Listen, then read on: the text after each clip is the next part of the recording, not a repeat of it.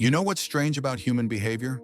We like to believe we're in control of our decisions, that we think for ourselves, that nobody can push our buttons unless we allow it. But if that were true, advertising wouldn't work, politics wouldn't work, salespeople wouldn't work, and social media definitely wouldn't work. The uncomfortable truth is this: most people aren't controlled by force. They're controlled by invisible psychological pressure they don't even notice.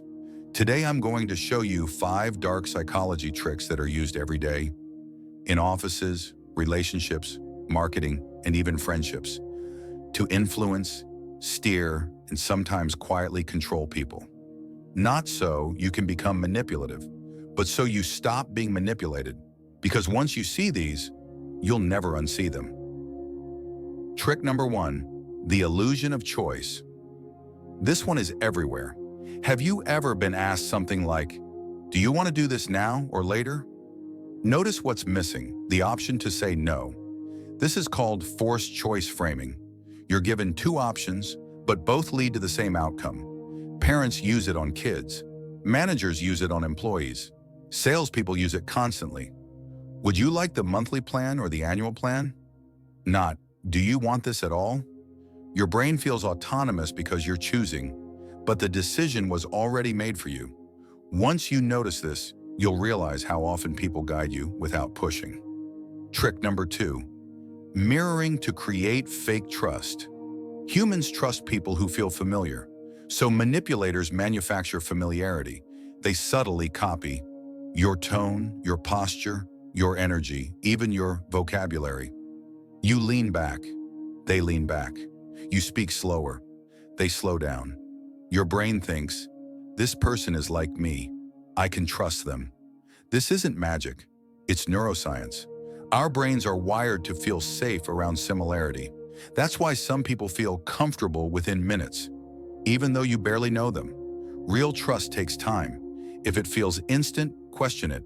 Trick number 3, withholding validation.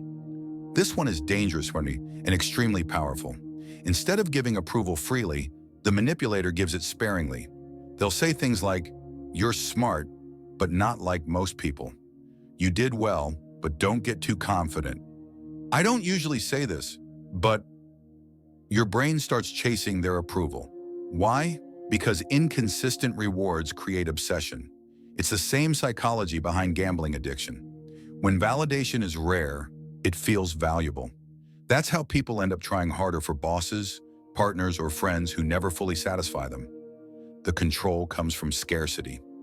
Trick number 4, making you explain yourself. This looks innocent. Someone questions a perfectly reasonable boundary and says, "Why?" Not aggressively, just calmly. But now you're defending instead of deciding. The moment you start explaining, you subconsciously accept that your choice needs approval. Skilled manipulators ask questions not to understand, but to shift power. Confident people don't over-explain. They state, they pause, they let silence do the work, and silence makes insecure people uncomfortable. Trick number 5, fear plus relief. This is the oldest trick in the book. First, create anxiety, then offer comfort. Examples: this could go very wrong, but I can help. Most people fail at this, unless they follow me. You're at risk, here's the solution. Your nervous system spikes, your rational thinking drops, and the person who caused the fear now feels like safety. That's not coincidence, that's conditioning.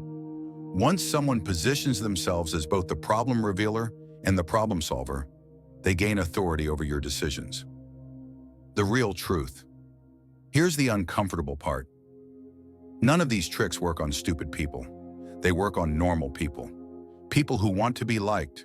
People who want clarity. People who want certainty in an uncertain world.